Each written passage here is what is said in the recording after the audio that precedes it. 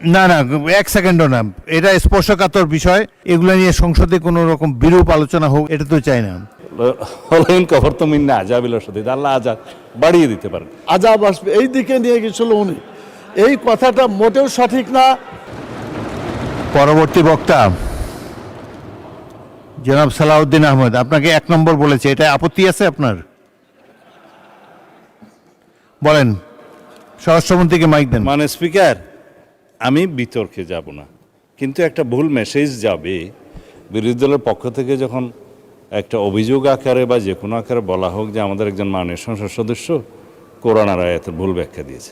আমি প্রথমে বলি, আলমগীর মোহাম্মদ মাহফুজুল্লাহ ফরিদ একজন মৌলানা, মাদ্রাসা পাস, দাখিল আমার পাশের সিট, তিনি অন্তত এই উদ্দেশ্যটা বলেন, লইন শকরতুম ল আজিদান্নাকুম ও লইন কফরতুম ইন্না আযাবিল শদীদ, যেটা উনি বলেছেন সেইটা প্রাসঙ্গক্রমে বলেছে।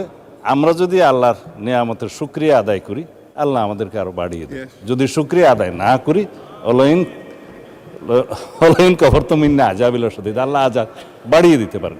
এখন এটা পলিটিক্যালি কেন বক্তব্য হবে, এটা দিয়ে কেন পয়েন্ট অফ অর্ডারে বাড়ানো হবে, এটা ঠিক হয় না। মাননীয় স্পিকার, তিনি বলেছেন, সৎ উদ্দেশ্যেই বলেছেন, এবং আমরা যেন আল্লাহর শুকর গুজার করি। এইটাকে পলিটিক্যালি আমার মনে হয় মিস ইন্টারপ্রিট করা ঠিক হবে না। মাননীয় স্পিকার, আমরা এই 92% মুসলিম দেশে, জনসংখ্যার দেশে, আমাদের এই মহান জাতীয় সংসদে কোনো সংসদ সদস্যের বক্তব্য যদি ভুলক্রমেও ইসলামের প্রতি অবমাননা যদি মূলক হয়, এটা আমরা নিন্দা করব, কিন্তু এইভাবে পলিটিক্যালি ইউজ করা ঠিক হবে না। মাননীয় স্পিকার, ধন্যবাদ। ধন্যবাদ মাননীয় সদস্যবৃন্দ। আমি তো বললাম যে আলমগীর মোহাম্মদ মাহফুজুল্লাহ ফরিদ তিনি কোনো ব্যঙ্গাত্মক কথা এখানে বলবেন না, তিনি একজন প্রবীণ সংসদ সদস্য। তারপরেও তিনি যে মাদ্রাসার ছাত্র সেটাও বলা হলো। আপনারা নিশ্চয়ই হয়তো ওনাদের চেয়ে বেশি জানেন, অনেক আলেম ওলামা আপনাদের মধ্যে থাকতে পারে, এটা নিয়ে বিতর্ক হোক এটা চাই না। আমরা সবাই মুসলমান, এখানে অধিকাংশই মুসলমান, এই দেশটারও 92% মানুষ মুসলমান। সুতরাং এগুলো নিয়ে সংসদে কোনো রকম বিরূপ আলোচনা হোক, এসব স্পর্শকাতর বিষয় এটা তো চাই না। ঠিক আছে, সেটা আমি ইতিমধ্যে মাননীয় সদস্য আমি বলেছি, আমি পরীক্ষা করে দেখব যদি না না মাইক ছাড়া বলবেন না, না না 1 সেকেন্ডও না, এটা স্পর্শকাতর বিষয়। আপনাদের সিনিয়র নেতারা সামনে দাঁড়িয়েছে, সংসদে প্রথম বেঞ্চের যখন সিনিয়র নেতারা দাঁড়ায় পিছন দিকে আপনারা বসে যাবেন। এবং আচ্ছা, মুজিবুর রহমান সাহেব বলেন, কিন্তু কোনো বিতর্ক হয় এমন কোনো কিছু তুলবেন না। এখানে সবাই তো অধিকাংশই মুসলমান, অধিকাংশই ধর্মের প্রতি ধন্যবাদ, শ্রদ্ধা পোষণ করেন। ধন্যবাদ মাননীয় স্পিকার। আমাদের মাননীয় স্বরাষ্ট্রমন্ত্রী যেহেতু দাঁড়িয়েছেন এবং তিনি কথা বলেছেন, তার কথাকে যাতে লাইন মতো হয় সেজন্য তিনি নেওয়ার চেষ্টা করেছেন। এই আয়াতটা যে নাজিল হয়েছে, কেন নাজিল হয়েছে? এই আয়াতটা নাজিল হওয়ার প্রেক্ষাপট হচ্ছে আল্লাহ তাআলা তার অগণিত নিয়ামত এই পৃথিবীতে রেখেছেন। তিনি বলেছেন, আইন তাউদ্দু নিয়ামাতাল্লাহ লা তুহসুহা, তোমরা যদি আল্লাহর নিয়ামতকে গুনতে চাও তাহলে গুণে শেষ করতে পারবে না।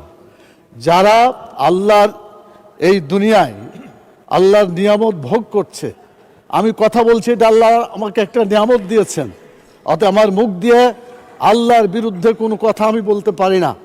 আমাকে যে শক্তি আল্লাহ দিয়েছেন, এই শক্তি দিয়ে আল্লাহর বিধিবিধানের পক্ষে আমাকে কথা বলতে। ধন্যবাদ। মানুষ শেষ করি, 1 মিনিট শেষ হবে।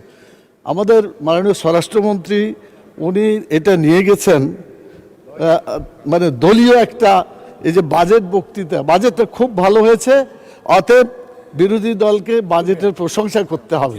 এইটা যদি প্রশংসা না করে তারপর আজাব আসবে এই দিকে নিয়ে গেছিল উনি, এই কথাটা মোটেও সঠিক না। আমি বলতে চাই যেটা, ধন্যবাদ, কথা এটাই হয়েছে মাননীয় স্পিকার। আমার মনে হয় আপনি যদি প্রয়োজন মনে করেন একজন আলিমের কাছে যে বলবেন, কোনো মানুষের অবদানের কথা এখানে বলা হয়নি। ধন্যবাদ।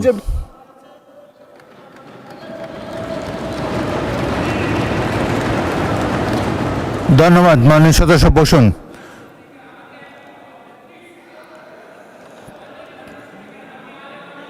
না না ঠিক আছে,